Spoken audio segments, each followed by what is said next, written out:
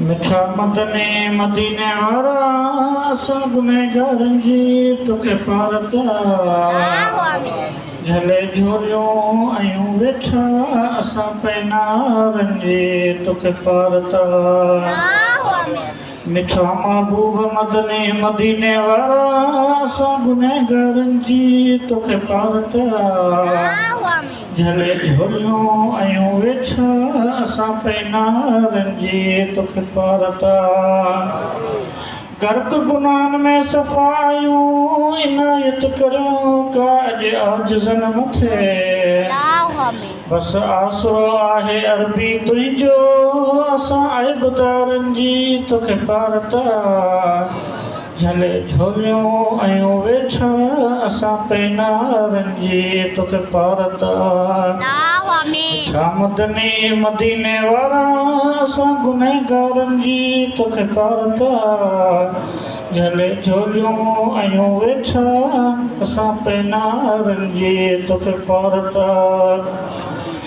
खणियो हथड़ा हबीब तोॾे पांध पायो पुकारियो पीड़ा खणियो हथड़ा हबीब तोॾे पांध पायो पुकारियो पीड़ा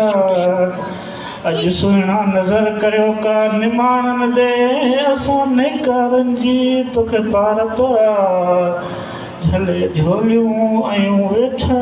असां पैनारनि जी तोखे पारता मिठा मदनी मदीने वारा असां गुनहगारनि जी तोखे पारता झले झोलियूं आयूं वेठा असां पैनारनि जी तोखे पारता करीमी ज़ाता तुंहिंजी वल सौफ़ जो वाइदो आहे तोसां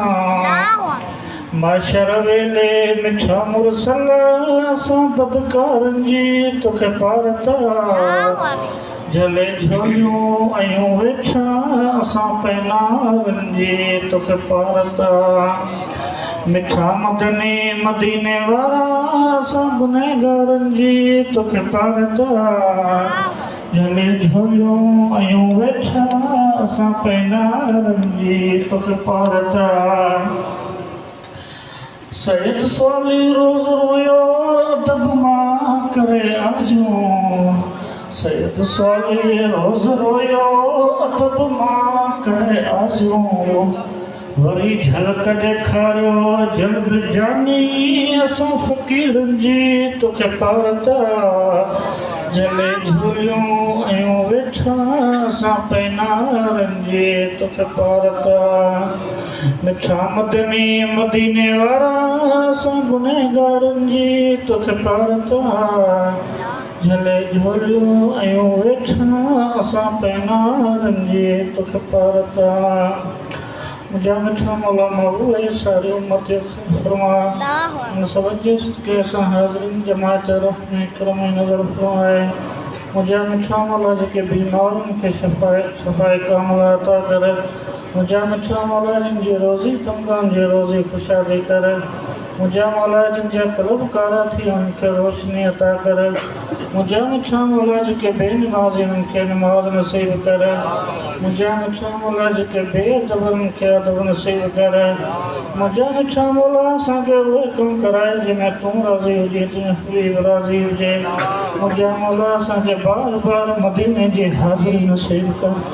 मुझा मौला असांखे बार बार मदीने जी हाज़िरी नसीब कर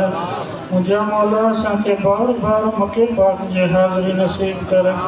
मुझा मिठा मौला बार बार करबला मौला जी हाज़िरी नसीब कर मुझा मिठा मौला जी क़ाल अल्लाह तबारक व तआला फी शानिल करीम इन्नल्लाह व मलाइकतहु यसल्लूना अलन नबी या अय्युहल्लज़ीना आमनू सल्लू अलैहि वसल्लिमू तस्लीमा محبوبنا و مرشدنا رومان سنا دیدار